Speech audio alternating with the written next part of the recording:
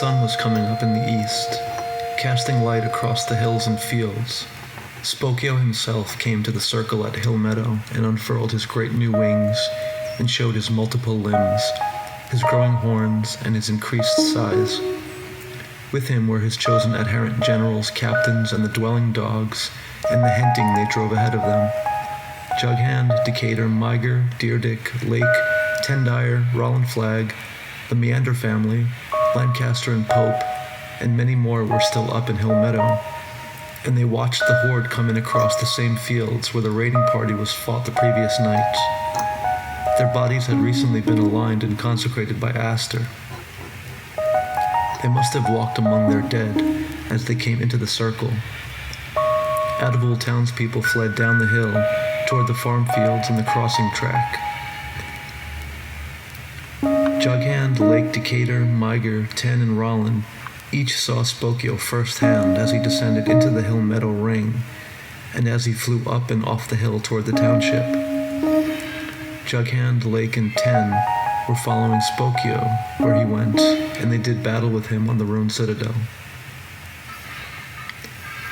Spokeo had great interest in that site, and when the Atavul party came back into the township, they found him there among the ruin.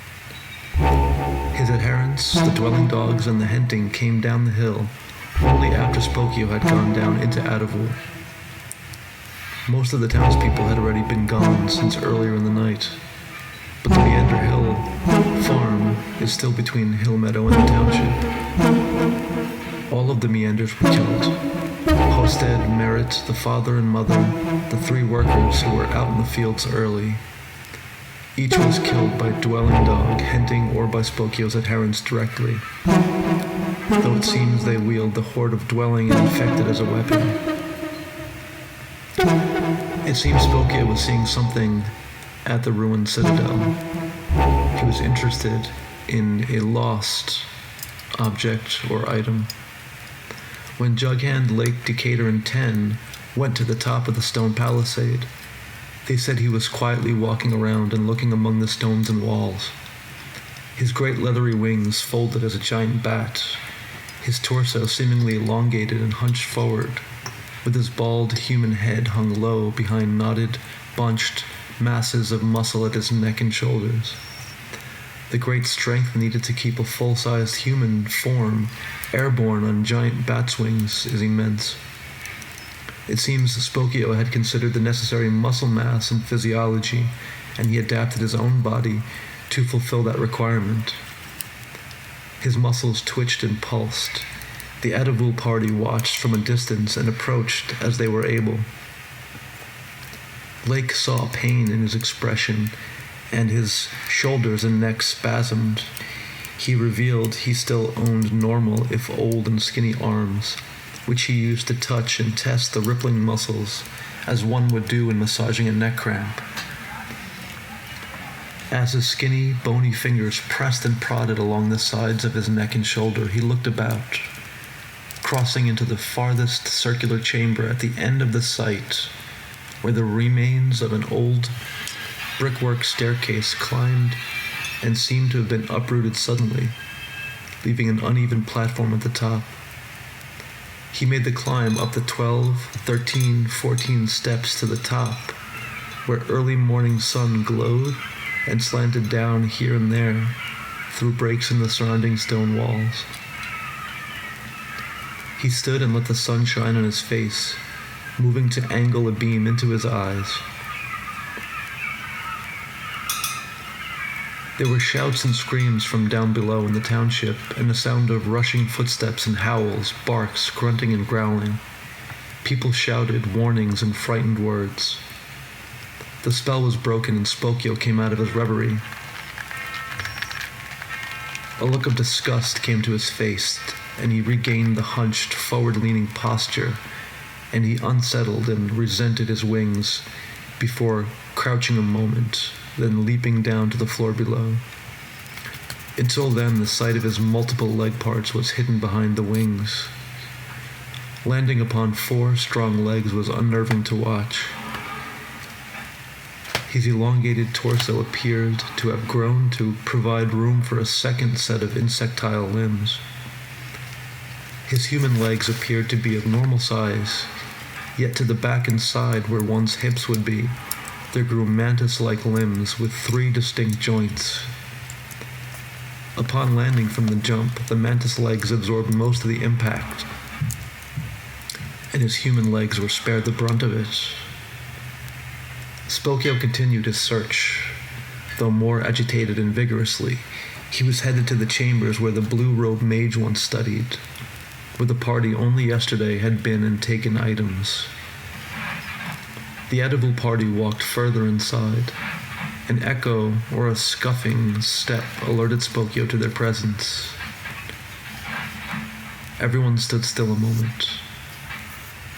Then Spokeo said, "Good morning. I'm seeking a bit of material from a friend who was once here. Do you have this thing?" "This may be something that was kept here before but is now missing. It is the blackened box with the clay tablets within. These clay tablets are an ancient epic story, a part 2 to the Gilgamesh epic. This story tells how once the world was built by great architects who brought beings into the world on ascending and descending stairs in the sky.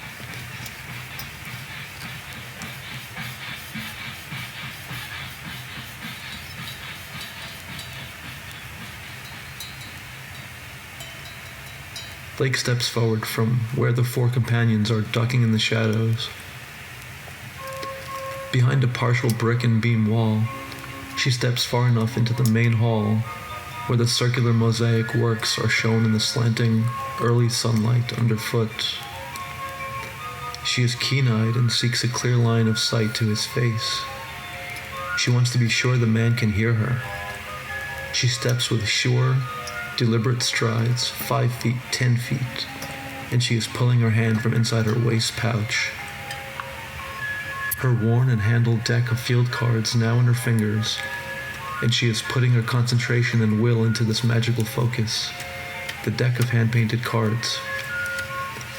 Spokeo does a similar, slow, calculating walk toward the place where he senses the Atavul kind are gathered and watching him.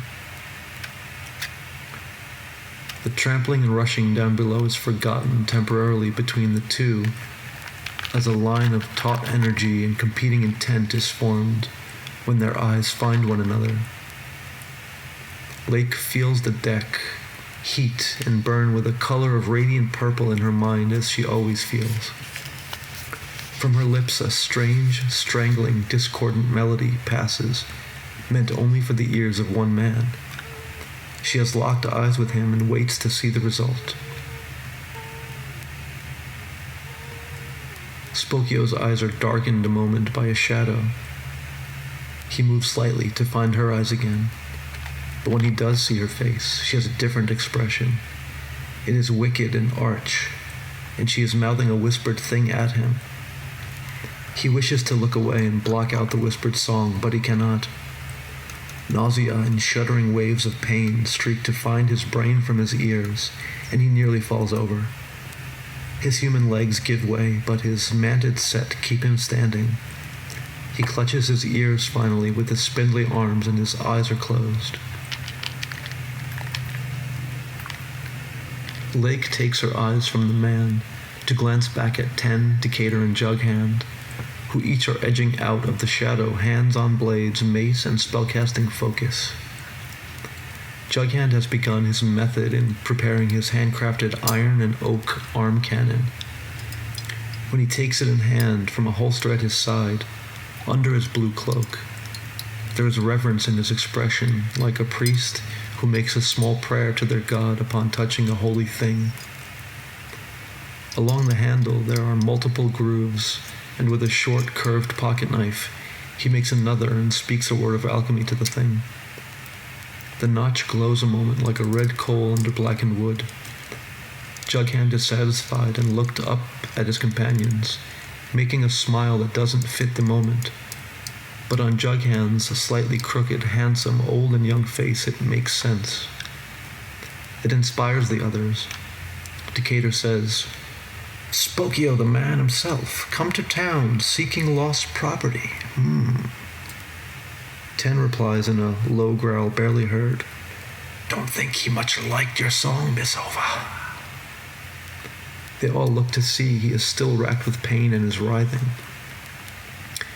His body seems to spasm, and they wonder how each, the sickly transformed man, managed to invoke such fear and chaos. He wears a kind of old-world jumpsuit, seemingly claimed from a sealed workers' camp or government bunker. It is gray-green and threadbare. There have been modifications made. The collar is cut out, leaving a wide space for his looming shoulders, massive muscle, and the wings that extend outward from his trapezius and shoulder blades. The back of the jumpsuit has been altered to leave the back exposed and the black wings of velvet flesh. Straps with buckles extend over the shoulders and under, secured to a dark leather brace girdle that is like a wide belt from which there are brass loops and pockets at the front and sides. The legs of the jumpsuit are baggy and patched. They are peg-legged and flare out above the knee. The suit may have once been a kind of aerospace training suit or undersuit for a cosmonaut or diver. There are small buttons and tabs here and there that may have attached to an outer layer once. He wears boots that look a bit oversized. They are like combat boots from an old world war. Finally looking him over after years of hearing stories, Dekaider imagines how his adherents likely raided military bunkers in the West, bringing their dedications in dead world attire to him in his cement underworld, where the great old wit chemical plants rotted and sagged under their tonnage of shredded, decayed infrastructure.